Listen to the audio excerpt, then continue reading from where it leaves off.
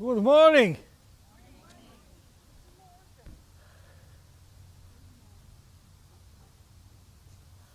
I am retired now.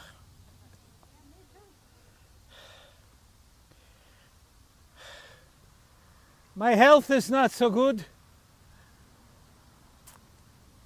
The eyesight is failing. The body, not so good either. But the mind, oh, the mind is still good. I remember everything. Oh, oh.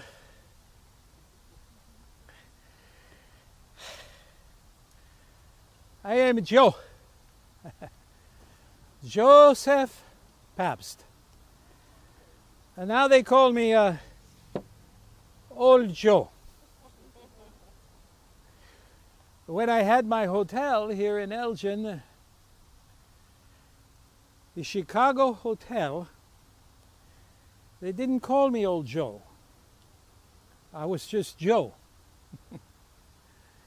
It was the first hotel in Chicago. German beer.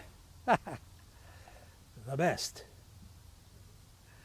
When I was a young boy in Germany, I dreamed of coming to America.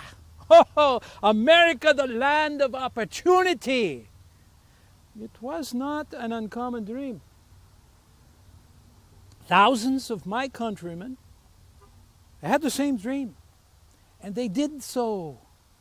There were a couple of reasons why we had the dream. One reason, political. The Prussians were trying to forcibly unify the German independent states and make them one country, oppressing our people. And the second was less political. We had heard from people who came here before us that you could have a better life in America. And so, in 1846, at the age of 16, I came to America too. I came to Chicago. I lived in Chicago for about 9 years. I got married there. But all the time I heard about this place west of Chicago called Elgin. What I heard made me think that I would be more comfortable there than in Chicago. I thought that perhaps it would be more like my home in Bavaria. And so I came here, and I was welcomed by other German immigrants just like myself. They supported me. They helped me get established in my business. There weren't many.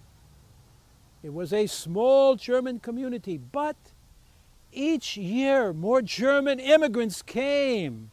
One year after another, hundreds more, and hundreds more, and hundreds more. Soon the German farmers outnumbered the American-born, native-born farmers. And so we became known as a predominantly German community. In fact, there were so many of us that there were churches, like my church, St. Joseph's, who was known as a German church. We actually offered our masses in German, and you had the Lutherans who had their services in German. And it was not just the churches, but you might expect the politicians. Oh, the politicians would have speeches in the parks, and you would have one platform over here with the English-speaking politicians.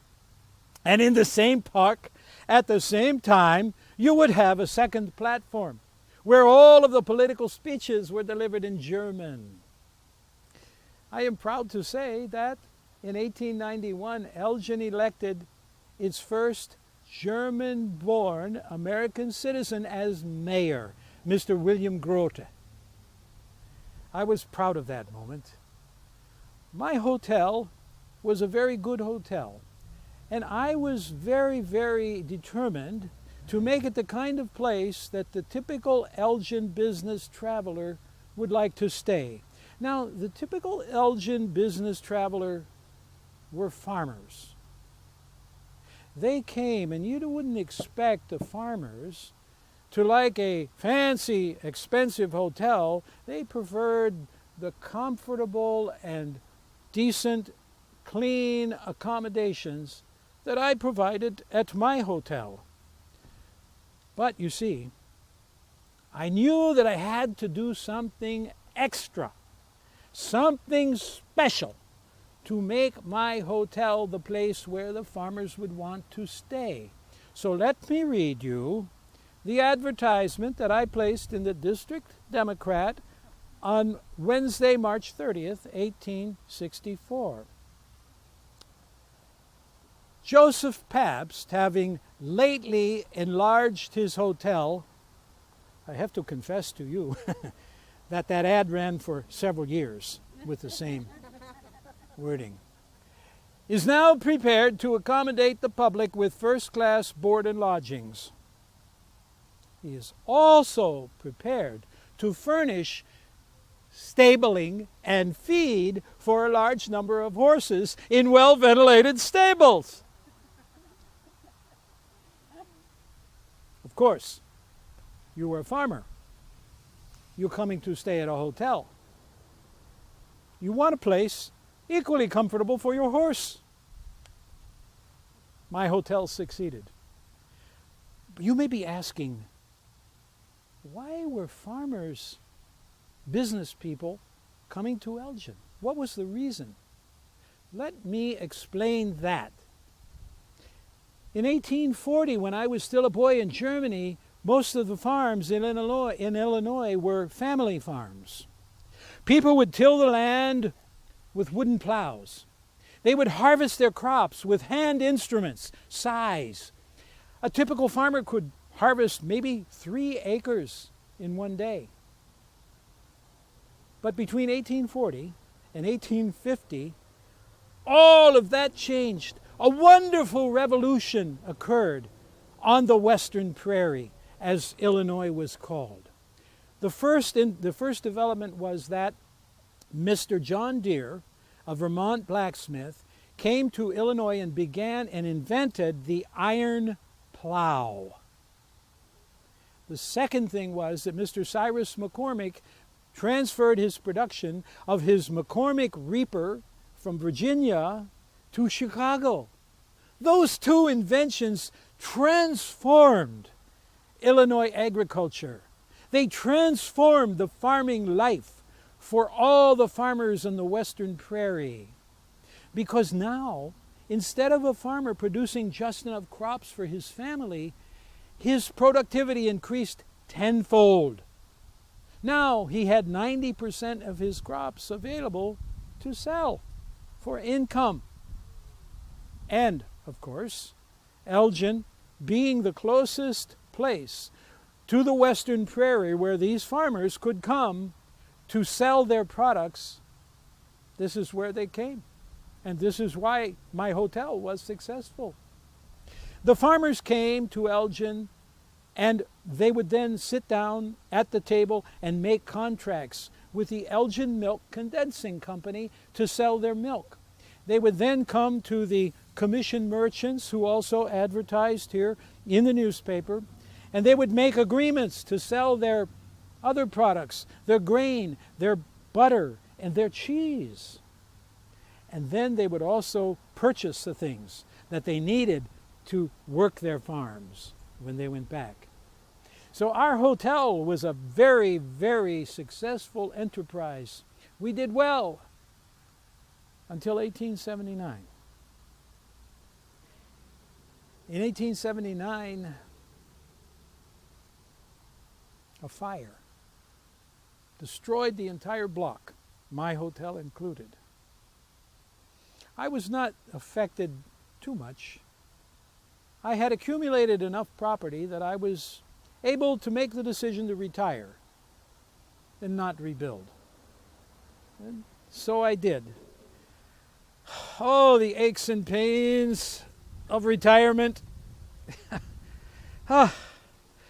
When I look back on the time that I was here in Elgin, that I conducted my business and my life here, I remember two things that stand out to me more than anything. And one is this.